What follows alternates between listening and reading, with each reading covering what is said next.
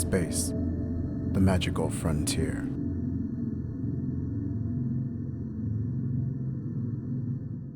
Yo, what's up everybody? Rob back here in the CR game room with another box of Edge of Eternities. This is going to be box number 2, Electric Boogaloo. So let's go ahead and jump right in. Oh, I was able to open it with my fingernails this time, even though I cut them. Look at that. Didn't even have to pull out a sharp object.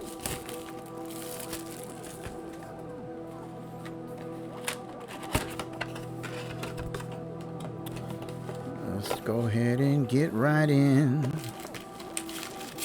We're on the edge of eternity, and we're hanging by a moment. Wait, is that how it goes? I don't know. Alright, we'll move these off to the side so we have a little space.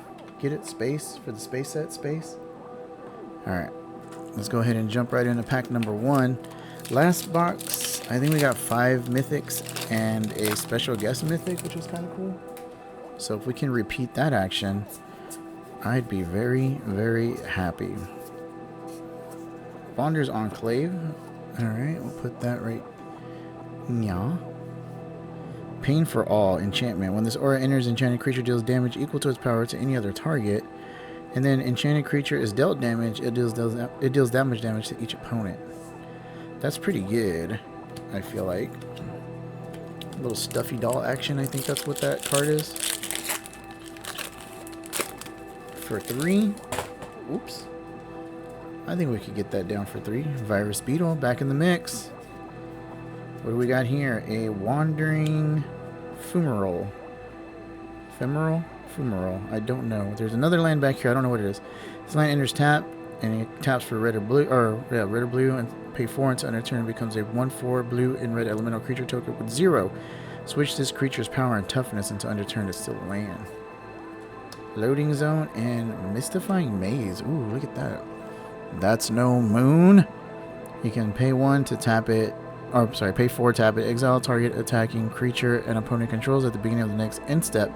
Return it to the battlefield tapped under its owner's control. Okay. I don't know if that's good or not, but it's foil. It looks nice.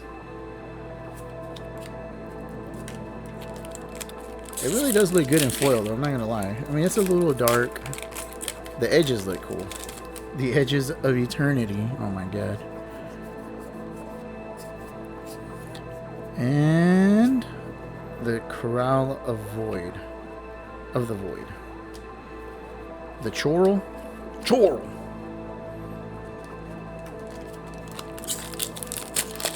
That's the one that returns something. And then if you don't, if something doesn't leave the battlefield, then you have to exile your creature. Ooh, Sacred Foundry. We got another shock land. Oh my god, Exalted Sunburn.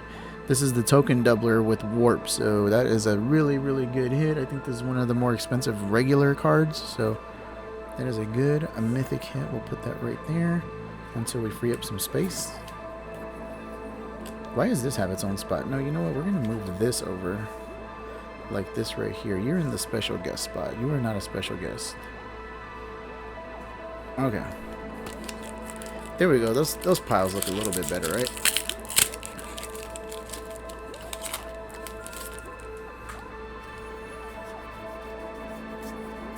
Survey Mechan. Hexproof. Pay 10. It does too many things. I'm not going to read that. Grove of the Burn Willows. Pay red or green. Each opponent gains a life. Ooh. Memorial Vaults and a Rescue Skiff in foil. That's a foil land. You go in the fancy land pile. Does anyone else keep all their foil lands, their basic lands, and then just put the rest of your basic lands in a separate box somewhere, never to be seen again? I do that. Also, I use some of my basic lands as proxies. Ooh, Frenzied Baloth. This is Frenzied Baloth number 3 for me, guys. So, mono green deck coming soon. I also have a ton of Tifas from Final Fantasy, so maybe so. Maybe so. There's some kind of foil back there. Tragic Trajectory. That's a cool looking card. Oh, this is the -2 for 1. This is the cut down replacement. Thrumming Hive Pool, a part 2 Electric Boogaloo. Shambling Vents. That looks really cool in foil. It enters taps. You can add black or white and pay 1 black white until end of turn. Becomes a 2/3 black and white elemental creature token with lifelink, and it's still a land. Pretty cool. Don't know if any of those lands are worth anything, but they look cool. And that's all that matters. That's all Magic is about, is looking cool, right? Let's see, Sammy. Scrounge the Eternity. And Terra Symbiosis alt art. Whenever you put one or more 1/1 counters on a creature you control, you may draw that many cards. Do this once each turn. Oh, wow. Okay, that's pretty good. Well, let's say rare. We'll put you right here. You go where the guests go. And we got a Plains Extendo. But yeah, I literally have a stack of all my basic lands that are extended art, or basic lands that are just the regular art in foil, and I use those for all my commander decks, or my, if I'm playing anything in standard, I'll put it on my standard decks. Light Squall Inquisitor. When it enters, each opponent, oh, we already saw that one last video. Mountain and Robot. Alright, we have an Exalted Sunborn. We're looking for the Ouroboros Othros, I think, as well. I don't remember the cards I pulled last time. Blast Zone in regular. We got Blast Zone in foil last video. We got the Diadrime Synthesis Amalgam. I just like saying it like that. Don't judge me. Alright, last pack from this stack. The Exalted Sunborn seems to be our best pull, along with the Frenzied Veilgloth, Thrumming Hive pull, and we got a Sacred Foundry, which I'm putting a lot of stock in shock lands since their value is probably going to be dropping pretty quickly. Ooh, a Starfield Vocalist also? That's a really good pull. That's one of the other ones that might be worth something. I don't know if the regular version's worth money. I know the alt art, that's the one that they did with the alien girl. That looks awesome. The waifu version, I guess, if you want to call it that. Alright, pile number 2. Pile it on, boys. Oh, we went straight to the rares. Okay. A Steely Reclaimer. When this creature enters, return target non-creature, non-land permanent card with mana value X or less from your graveyard to the battlefield, where X is the amount of mana spent to cast this creature. So up to 5, and you can warp it for 3. That's pretty good. Mythic, Devastating Onslaught. I have not seen this card, so let's see what this does. Create X tokens that are copies of target artifact or creature you control. Those tokens gain haste until end of turn. Sacrifice them at the beginning of the next end step. Oh my god, this is such a Deadpool trading card. You put that in your Deadpool deck. Gross. Like that deck needs more help, right? Have y'all played against the Deadpool deck at all? They're horrible. They're the worst. I hate it. You don't get to play your game because none of your cards do what you want them to do. Emissary Escort. I think we've seen this card already. But yeah, Cheese has a Deadpool deck. Ryan has a Deadpool deck. I just don't want to make one because it's so gross. I have the cards. I bought the Secret Lair. Maybe I'll just put like an Rakdos deck as like a random card to mess with people. Little Blade and Servondum. Servondum does work if you get it, play it in your limited, your draft, sealed, whatever version of limited you're playing. I recommend it. Pretty dang good. Ooh. Especially with the warping mechanic and there's a lot of sacrifice to do things in this set, so it's pretty dang good. Guard Trooper and Quantum Riddler. This is one of the cards that is also over $10. When it enters, draw a card. As long as you have 1 or fewer cards in hand, if you would draw 1 or more cards, you draw that many cards plus 1 instead. So if you have 1 card, you draw 2, I guess. You can warp it for 2, which is pretty awesome in late game. That is a mythic. Ooh, that's mythic number 3. And we are in pile 2 still, halfway through pile 2.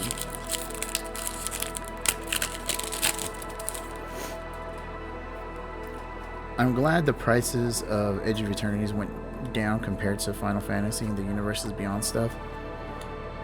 But Magic is just getting really expensive overall. This is Sunset Saboteur. I don't know. How are y'all feeling? Are y'all feeling it in the wallet as much as I am? Like, I was really into Magic. I was buying a lot. I felt like I could buy everything I needed from a set. It's gonna sound shitty, like, oh, you're talking about spending that much money, but it's too expensive now. I was probably spending $500 a set on the regular sets, somewhere around there. But I felt like I was getting a lot for that, and now I don't feel like I am anymore. Like now I feel like I gotta spend $1,000. Oh my God, Exalted Sunboard number 2. Well, all right, Magic. I think the thing is I just need to complain about the cost of Magic and what's happening, and I get good hits. We got a 0-point ballad rare that happened in our last video. It happened in our bundle. We're doing things. Uh-oh. But yeah, it's getting... These Universes Beyond stuff are killing me. I mean, boxes are like 150 to 180 depending on where you get them. When you could get like a Modern Horizons or something like that for 150. We got the vehicle that tutors. That's pretty cool. You used to be able to get like a Modern Horizon set for that much, or something like a Master set. I think that's what they're called. You know, like, I don't know, man. Like, I get it. They got to pay for their licenses and crap, but man, it's pushing us out. I feel like the people that like to buy boxes. And, you know, obviously the answer is stop buying boxes.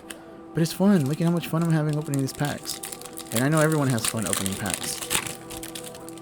For the most part, people have fun opening packs. But, like, I don't know, man. It's very expensive. So it might come down to, it's time to just do full-on switch to singles. Bioengineered future. And, oh, it's a foil mountain. Those mountains look really nice. Look at that foil.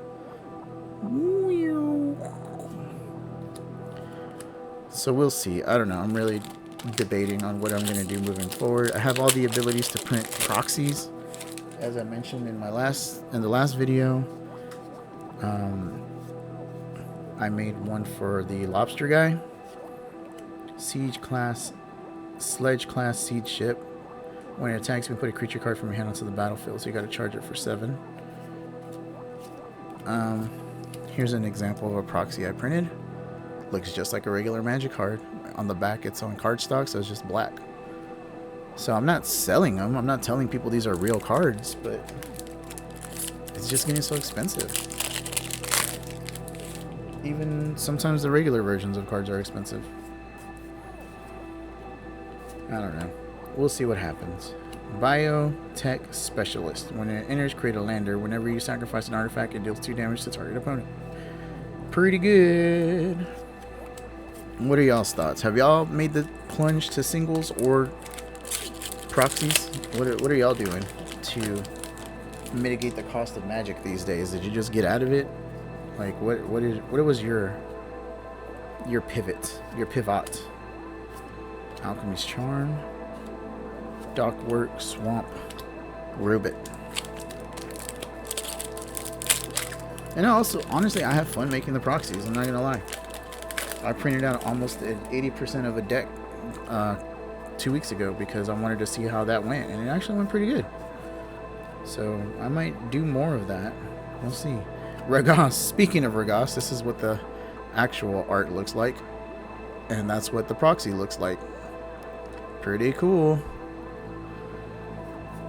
Well, let me read it. So it says artifacts you control are foods in addition to the other types that have 2. Sacrifice an artifact, you gain 3 life, and you can pay 1 to sacrifice the food, and Rogast does 3 damage to each opponent. At the beginning of each step, if you gain life this turn, untap Rogast. So pretty cool. There's lots of ways to gain life in this set.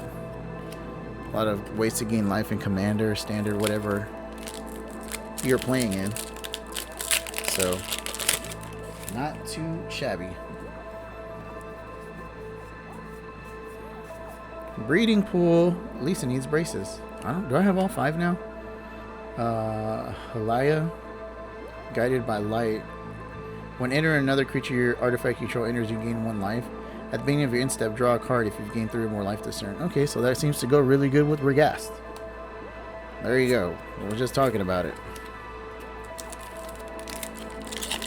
That seems like it should be a Leela special guest. How about we make that Leela? Or the other girl from Futurama. Oh my god. Dryadine Synthesis Amalgam. This is the exact same extended art we got in our first pack. Or, yeah, our first box. Virus Beetle Mountain. What was our rare? Did I put it in in the pile? Was that it? Our rare was that? I guess so. Okay.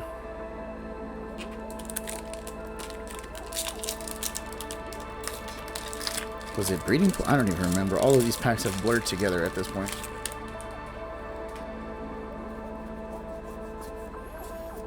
Vote out. Litho Breaking. Secluded Starforge. So we've got 4 mythics at this point. We didn't get a mythic special guest this pack, this box. Maybe we'll get a sweet one in here. Maybe a nice ancient tomb. That'd be cool. Debris. Dual Sun of Depths. Moonlit Meditation. Bombard Island and Tezzerets. Alright, last 2 packs.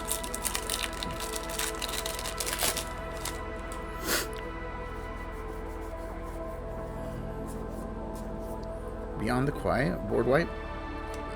Board wipe in hand. Last pack magic. Alright, we need one more mythic deck. I mean, it's cool that we got duplicates of the Exalted Sunborn, but I don't want to walk away needing some more cards. Missing cards. Monoist Sentry. I thought it said Moistest Sentry. That's hilarious. Zoo Ifits. Alright, I got this in my pre-release, so that's cool. Whoa, whoa, whoa, whoa, whoa. Oh, it's an island. Alright, calm down. Sweet. Alright, well that was box number 2, Electric Boogaloo. We're going to go ahead and reset, and we'll get to box number 3. Thank y'all for watching, and be safe. Later, buckaroos. That's going to wrap things up for us here in the CR Game Room. Be sure to like, follow, or subscribe if you enjoyed the show. You can also follow us on Facebook or Twitter and join our conversations on Discord. Be safe, everyone, and thanks for hanging out. Later, buckaroos.